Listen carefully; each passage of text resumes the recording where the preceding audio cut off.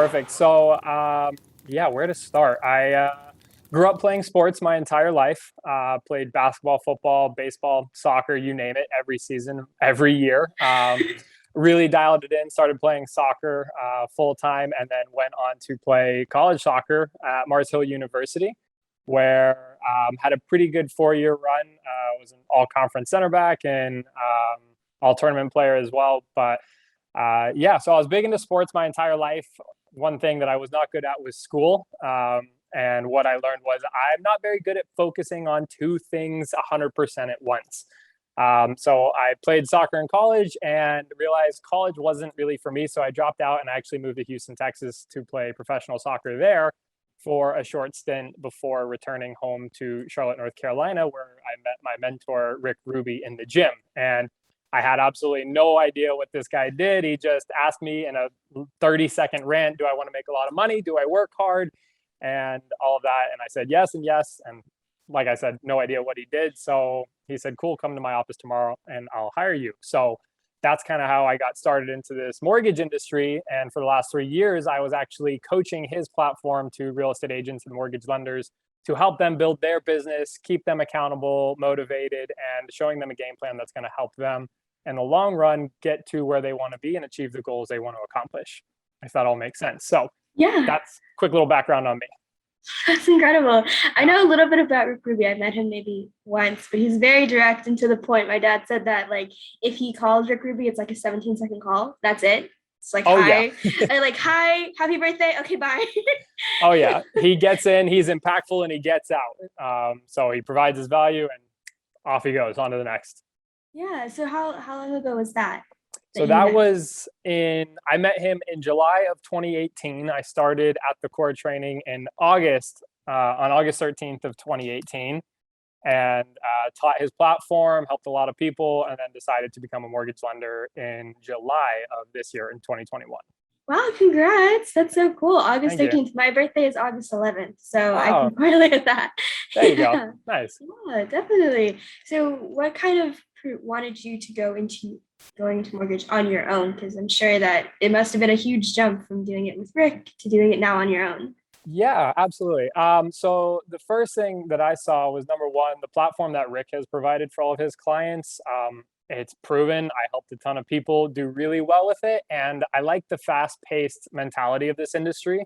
There's a lot going on, and I think it kind of utilizes to my skill set as well, and being able to get out, meet a lot of people, build relationships, and help Americans achieve the American dream of buying a home. I always thought was a really satisfying thing to accomplish. So that's one reason. And then I did find out about 2 years into working with the core that my dad was a mortgage lender, and I had absolutely no idea.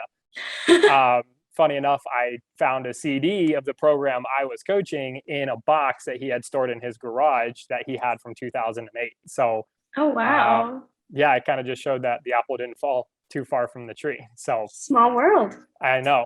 So It's yeah, crazy. I was really excited to jump into it. And I knew once I met Rick and what he does, it was something I was going to do eventually. Yeah, and you have all the steps, you've been teaching everyone, so why not do it yourself? Exactly. Definitely. So, kind of looking back in your journey, you mentioned, you did a lot of sports and then you went to college and then you didn't realize you didn't really like college. It wasn't necessarily for you.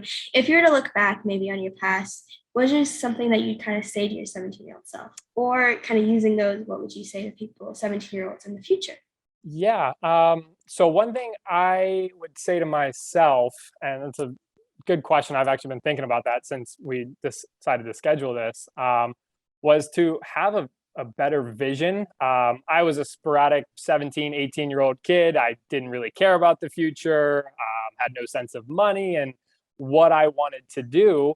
And so everything was kind of just day by day. And with, going to school and college and also playing a sport that was almost like a full-time job, if not a little bit more, I would say if you truly love something and you want to make something out of it, you have to focus 100% on it. So I think, if I truly wanted to go farther in my soccer career, I would have needed to dedicate more time to, achieving that goal. And, between school and soccer, and it's probably a little bit of an excuse as to why I didn't make it as far as I did, and go further. But I would have probably told myself, hey, college isn't for you, you didn't do well in high school, it's just not something that I was really focused on. And I loved soccer and I knew I wanted to do something with it. I would have told myself to focus on what you love to do 100%.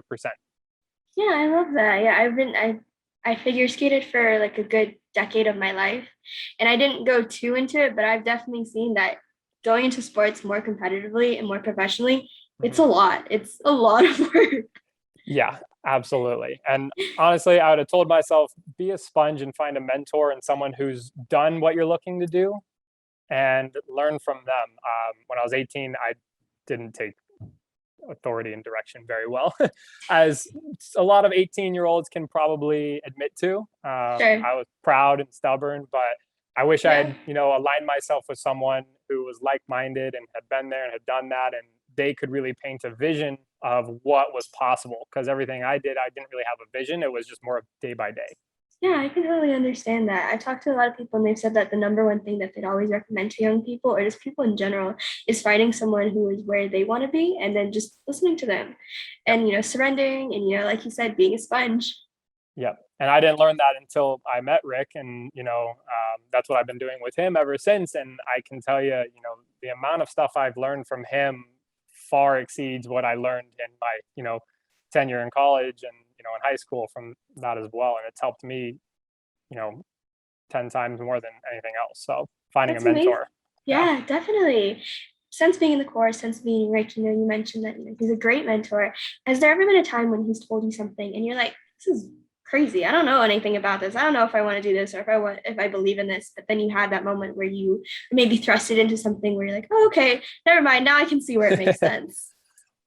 No, I think once I did join him, I surrendered to his authority pretty quickly. And probably one of the biggest reasons that I did was I had one specific soccer coach who I developed and learned from the most.